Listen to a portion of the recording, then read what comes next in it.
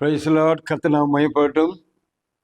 இந்த புதிய நாளிலே, இந்த புதிய மாசத்தில் முதல் நாளிலே கர்த்தர் தாமே நம்ம எல்லாரும் ஒன்று சேரும்படி அவருடைய வார்த்தைகளை கேட்கும்படி கர்த்தர் கொடுத்த கிருபைக்கு நன்றி. இந்த புதிய நாளிலே ஒரு புதிய லோகோ சுவாத்தின் மூலமாய் உங்களை சந்திப்பதில் மிகுந்த மகிழ்ச்சி அடைகிறேன்.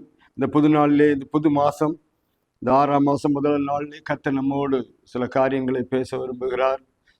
கர்த்தர் பெரிய காரியங்களை செய்து கொண்டு வருகிறார். தொடர்ந்து வார்த்தையை கேட்கலாம். நான் உங்களுக்காக செபிக்க விரும்புகிறேன். அருமையானவர்களே, இந்த வசனத்தை வாசித்து உங்களுக்காக செபிக்க விரும்புகிறேன். ரோமருக்கு நிருபம் 12ஆம் அதிகாரம் 1ஆம் வசனம் எல்லாருக்கும் தெரிந்த ஒரு வசனம். அப்படி இருக்க சகோதரரே, நீங்கள் உங்கள் சரீரங்களை பரிசுத்தமும் தேவனுக்கு பிரியமான ஜீவ பலியாக ஒப்புக் கொடுக்க வேண்டும் என்று தேவனுடைய இரக்கங்களை முன்னிட்டு உங்களை வேண்டிக் கொள்கிறேன். இதுவே நீங்கள் செய்யத்தக்க புத்தி உள்ள ஆராதனை. நீங்கள் செய்யத்தக்க ஒரு புத்தி உள்ள ஒரு ஆராதனை இந்த மாச தொடக்கத்திலே செய்ய வேண்டும் என்று கர்த்தர் விரும்புகிறார். இங்கே ரோமருக்கு சொல்லும்போது, ரோமாவில் இருக்கிற அந்த சபைக்கு சொல்லும் பொழுது, எது நல்லது, எது கர்த்தருக்கு பிரியமானது, எது ஆண்டவருக்கு பிரியம் என்பதை கர்த்தர் அறிந்து அந்த சபைகளுக்கு ஏற்றவாறு கர்த்தர் பேசி கொண்டு இருக்கிறார். இந்த நாளிலே புத்தி உள்ள ஆராதனை, புத்தி இல்லாத ஆராதனை. சோதரம், எது புத்தி உள்ள ஆராதனை என்று சொல்றார் ஆண்டவர். அப்போஸ்தலனாகிய பவுலை கொண்டு அநேக புஸ்தகங்கள் எழுதினார். அநேக சபைகளுக்கு அவர் புஸ்தகம் எழுதும்போது, தெசலோனிக்கே பட்டணத்தில் உள்ள சபைக்கு எழுதும்போது பாருங்க, நம்முடைய ஆவி கர்த்தராகிய இயேசு கிறிஸ்து வரும்போது நம்முடைய ஆவி, ஆத்மா, சரீரம் முற்றிலும் பரிசுத்தமாய் காக்கப்படுவதாக என்று சொல்லப்பட்டிருக்குது. ஆவி, ஆத்மா, சரீரம். சோதரர், சரீரத்துக்கு மிக முக்கியத்துவம். சரீரத்தை நம்ம கேர் பண்றதில்லை. ஆனா இந்த நாட்களிலே, இந்த புதிய நாட்களிலே ஒரு புத்தி உள்ள ஆராதனை நீ செய்ய வேண்டும் என்று கர்த்தர் இந்த ரோமாபுரிக்கு சபைக்கு சொன்னது போல இன்றைக்கு நமக்கும் அதைத்தான் சொல்லி கொண்டு இருக்கிறார். என்ன சொல்லுகிறார்? ஜீவ பலியாக சரீரங்களை பரிசுத்தம், முதல்ல. ரெண்டாவது ஜீவ பலியாக ஒப்பு கொடுக்க வேண்டும். முதல்ல பரிசுத்தமான ஜீவ பலி என்று சொல்லப்பட்டது. தேவனுக்காக பலியிடப்படுகிறது அநேக மிருகங்கள். ஆனால் இந்த மனிதனுடைய சரீரத்தை அவர் என்ன சொல்றாரு? ஜீவ பலியாக. அந்த பலியாக இருக்கணும், ஆனா அது ஜீவிக்கணும். சோதரம், எப்படி ஜீவித்துக்கிட்டே பலி செலுத்துவது? சோதரம், பலி ஒரே நாள்ல முடிஞ்சிடும். கர்த்தருக்காக மரிப்பது ஒரு நாள்ல மரிச்சிடலாம். ஆனா கர்த்தருக்காக வாழ்வது இருக்கு பாருங்க, வாழ்நாளெல்லாம் கர்த்தருக்காக வாழ்வதுதான் ரொம்ப கஷ்டம். அதைத்தான் அவர் என்ன சொல்றார்?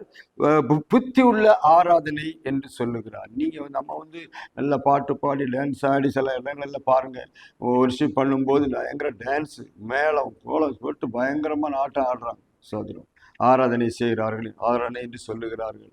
ஆனா இங்கே அப்போஸ்தலனாகிய பவுல் ரோமா சபைக்கு எழுதும் போது என்ன எழுதுகிறாருன்னா, எது புத்தி உள்ள ஆராதனை?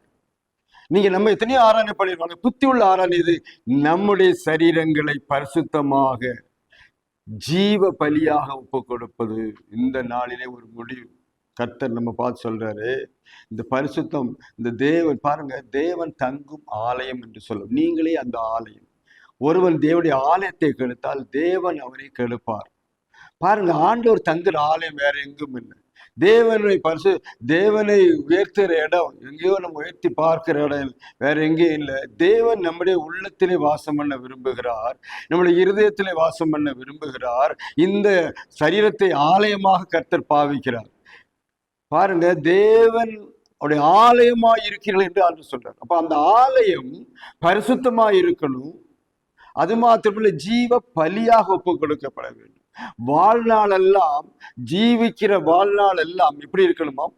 அப்படியே பரிசுத்தமா வாழ்ந்து கொண்டே இருக்கணும். கண்டினியூவா அப்படி பண்ணிட்டே இருக்கு. ஒரு நாள் 2 நாள் பரிசுத்தம் அல்ல. சில ஆட்கள் பார்த்தீங்கன்னா 2 நாள் ஆண்டவருக்காக வாழ்வாங்க, 3ஆம் நாள் பிசாசுக்காக ஓடிடுவாங்க. பாருங்க, அவ்வளவுதான், முடிஞ்சு போச்சு. குடிகாரம் பேச்சு விடிஞ்சா போச்சுன்னு சொன்ன போல நாளை முதல் குடிக்க மாட்டேன்னு சொல்லுவாங்க. அது சரீரத்தில் என்ன செய்வாங்க? நல்லா குடிச்சிட்டு அடுத்த நாள் டே வரும்போது மறுபடியும் குடிப்பாங்க. சோதரம், தன் சரீரத்தை அழித்து கொண்டிருப்பார்கள், சரீரத்தை கெடுத்து கொண்டிருப்பார்கள்.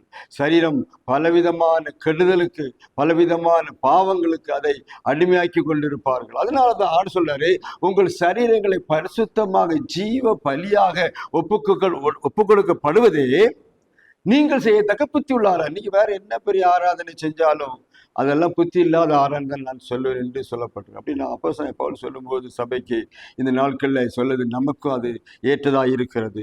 இன்றைக்கு நாம் நம்முடைய சரீரங்களை எப்படி பாவித்து கொண்டு இருக்கிறோம். சரீரம் எப்படி வேணாலும் போட்டோம், நம்ம ஆவி ஆத்மா மட்டும் தானே பரலோகத்துக்கு போகுது, சரீரம் மண்ணுக்கு தானே போகுது. சரீரம் எப்படி இருந்தா என்ன, சரீரம் எந்த பாவம் செஞ்சா என்ன, பாவத்தில் இருந்தா என்ன, அந்த சரீரம் யாரு என்ன பண்ணா என்ன என்று சொல்லி சரீரத்தை பாதுகாக்காமல் பாவத்துக்கு ஒப்பு கொடுத்தபடியினால் சோத்திரம். ஆண்டவர் இங்கு எச்சரிக்கிற காரியம் என்ன? நீங்கள் ஒரு ஆராதனை செய்ய வேண்டும் என்று விரும்பினால், ஒரு புத்தி உள்ள ஆராதனை செய்ய வேண்டும் என்று நீங்கள் விரும்பினால், உங்கள் சரீரங்களை பரிசுத்தமாக ஜீவ பலியாக வாழ்நாளெல்லாம் ஒப்புக்கொடுங்கள். நாம் ஜீவிக்கிற நாள் வரையிலும் தொடர்ந்து பரிசுத்தமா வாழ்ந்துக்கிட்டே இருக்கிறோம். தொடர்ந்து பாருங்க, ஒரு நாளைக்கு நம்ம எல்லாரும் என்ன செய்யறோம், டெய்லி காலையில் குளிச்சிடுறாங்க, சரீரத்துக்கு பாதுகாக்க குளிக்கிறாங்க, இந்த சரீரங்களை ஒல்லியாக வச்சுக்கணும்னு சொல்லி எக்ஸசைஸ் பண்ணுறாங்க, நிறைய டயட் பண்ணுறாங்க, என்னெல்லாமோ செய்கிறாங்க. சரீரங்களை நல்லா டயட்டை நல்லா பாதுகாப்பாக வச்சுக்கணும்னு சொல்லி பல காரியங்களை செய்கிறாங்க, ஜிம்முக்கு போடுறாங்க, என்னெல்லாமோ செய்து கொண்டிருக்கிறார்கள். தேவன் ஒரு காரியத்தை சொல்லுகிறார், இது எதுக்குமே சம்பந்தம் இல்லாமல் இருக்கு. சோதனை நம்ம சரீரம் பாதுகாப்பது, நல்லா குளிக்கிறது, சென்ட் அடிக்கிறது, பவுடர் போடுறது, மேக்கப் பண்றது, எல்லாமே சரீரத்தை நல்ல பண்ணிட்டா நல்லா ஆண்டவர் விரும்புவாரு, அந்த ஆராதனை விரும்புவார் நம்ம நினைக்கிறோம். ஆனா ஆண்டவர் விரும்புற அல்ல. இல்லை, ஒரு சரீரங்களை பரிசுத்தமான குளிச்சுட்டு இருக்கிறது பரிசுத்தம் இல்லை. உங்க சரீரை பாவம் எதுவுமே அணுகாதபடி, பாவ காரியங்கள் அணுகாதபடி பாதுகாத்து கொண்டே வாழ்வது, அது ஜீவித்து கொண்டே வாழ்வது, கர்த்தருக்காக வைராக்கியமா ஜீவித்து கொண்டே வாழ்வதுதான் தேவனுக்கு பிரியமான ஒரு ஆராதனை என்று சொல்லி இந்த ரோமர் 12:1 வாசிக்கிறோம். அருமையான பிள்ளைகளே, இந்த புது மாசத்திலே, புது நாளிலே ஒரு முடிவுக்கு நம்ம வர வேண்டும். என்ன தேவன் விரும்புகிறார் நம்மிடத்திலிருந்து? நம்முடைய சரீரங்கள் தேவனுக்கு முன்பாக ஒப்பு கொடுக்கப்பட வேண்டும். அது பரிசுத்தமானதாக, அது அநேகருக்கு உதவி, அநேகருக்கு அது ஆசீர்வாதமானதாக. நம்ம பரிசுத்தமா பார்த்ததை மற்றவங்களை பரிசுத்தப்படுத்த முடியும். நாம இஷ்டம் போல இருந்துட்டு மற்றவங்களை பரிசுத்தப்படுத்த முடியாது. குடிகாரன் ஒரு குடிகாரனை மாற்ற முடியாது, ஒரு விபச்சாரக்காரனை மாற்ற முடியாது, ஒரு அநியாயம் செய்யற ஒரு திருடன் இன்னொரு திருடனை மாற்ற முடியாது. சோத்திரம். அப்படியானால் நாம் சரியாய் மாறினாலே ஒழிய, நம்முடைய சரீரம் பரிசுத்தமாய் காக்கப்பட்டாலே ஒழிய, இன்னொரு மனிதனுடைய சரீரத்தை காப்பதை குறித்து நாம் பேச முடியும். இந்த நாட்கள் அருமையானவர்களே, நீங்கள் ஜீவ பலியா ஒப்பு கொடுக்கிறீர்களா? உங்கள் புத்தியுள்ள ஆராதனை செய்ய விரும்புகிறா? கர்த்தர் உங்களை நாட்களில் ஒரு புதிய வழியில் நடத்த விரும்புகிறார். நீங்கள் பரிசுத்தமாய் வாழ்ந்தாலே போதும். கர்த்தர் பாருங்க, உங்களை கொண்டு பெரிய காரியங்களை இனி வரும் நாட்களில் செய்ய போகிறார். தம்முடைய பிள்ளைகளை கொண்டு, விசுவாச பிள்ளைகளை கொண்டு, அவரை நம்புகிற பிள்ளைகளை கொண்டு, அவருக்காக வைராக்கியமா ஜீவிக்கிற பிள்ளைகளை கொண்டு ஒரு பெரிய எழுப்புதலை இந்த நாட்களிலே நம்முடைய சபைகளிலே, வீடுகளிலே, இருக்கிற இடங்களிலே, பட்டணங்களிலே கர்த்தர் செய்ய விரும்புகிறார். நீங்கள் அதுக்கு ஒப்பு கொடுத்தால் அது அப்படி ஆகும். சோத்திரம். 12:1 இந்த ரோமர் 12:1 நீங்க மறந்து விடாதீர்கள். உங்க சரீரம் உங்க கையில இருக்கிறது. அதை பரிசுத்தமாய் பாதுகாத்து ஒரு புத்தியுள்ள ஆராதனை செய்ய கர்த்தர் உங்களை அழைக்கிறார். நீங்கள் ஒப்பு கொடுத்தால் இந்த 1ஆம் தேதி காலை வேளையில உங்களையும் குடும்பங்களையும், நீங்கள் விரும்புகிற காரியங்களை, நீங்கள் கையிட்டு சேர வேலைகளை எல்லாவற்றையும் ஆசீர்வதிக்க இந்த வசனத்திலிருந்து ஆரம்பமாகிறது. கர்த்தருக்காக வைராக்கியமாக வாழ்ந்து பாருங்கள். கர்த்தர் உங்களையும் குடும்பத்தை ஆசீர்வதிப்பார். இந்த உலகத்துல மாத்திரமல்ல, ஆசீர்வதிப்பார்னா இந்த உலகத்துல, பரலோகத்திலே நீங்க ஆசீர்வாதமாக இருப்பீர்கள். ஜீவ ஒரு ஜீவனுள்ள வாழ்க்கை. சோதரம். 2ஆம் மரணம் இல்லாத ஒரு வாழ்க்கையை கர்த்தர் கொடுத்தவங்களை ஆசீர்வதிப்பாராக. இப்பொழுது ஒப்புக் கொடுங்க, நான் உங்களுக்கு ஆட்சேபிக்கிறேன். பரலோகத்தின் பிதாவே, நல்ல ஆண்டவரே, இந்த அருமையான காலை வேளையிலே 1ஆம் தேதியிலே இந்த பிள்ளைகளுக்காக நாங்கள் செபிக்கிறோம். நாங்கள் செய்ய வேண்டிய புத்தி உள்ள ஆராதனை என்ன என்பதை சொல்லியிருக்கிறேன். எங்கள் சரீரங்களை பரிசுத்தமும் ஜீவ பலியாக ஒப்புக் கொடுக்க வேண்டும் என்று சொன்னதுக்காக ஸ்தோத்திரம். எங்கள் எல்லாரையும் ஒப்புக் கொடுக்கிறோம். வசனத்தை கேட்கிற, பார்க்கிற ஒவ்வொருவரையும் கர்த்தர் இந்த காலை வேளையிலே ஆசீர்வதித்து இரட்டிப்பான பலனை, ஆசீர்வாதத்தை பெற்றுக்கொள்ள தகுதியுள்ள பிள்ளைகளாய் மாற்றும். உங்களுடைய வசனத்தை கீழ்ப்படியும் போது நீ எல்லாரையும் ஆசீர்வதிக்கிற தேவன்.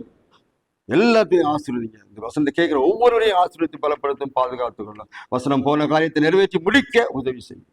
தாழ்த்துகிறோம். இயேசுவின் நாமத்தில் ஜெபிக்கிறோம் பிதாவே, ஆமென். கர்த்தர் தாமே உங்களை ஆசீர்வதிப்பாராக. இந்த அருமையான வேளையிலே ஒப்புக்கொடுங்கள். இந்த புதிய நாளிலே 1ஆம் தேதியிலே உங்கள் சரீரங்களை கர்த்தருக்கு பிரியமான ஜீவபலியை ஒப்புக் கொடுத்து ஒரு நல்ல ஆராதனை செய்யுங்கள். கர்த்தர் உங்களையும் குடும்பத்தை ஆசீர்வதிப்பாராக. இன்னும் ஒரு லோக சுவாத்தி மூலமாக உங்களை சந்திப்பு வரையிலும் கர்த்தர் தாமே நம்ம எல்லாரையும் ஆசீர்வதித்து கலக்க கடவுள். ஆமென்.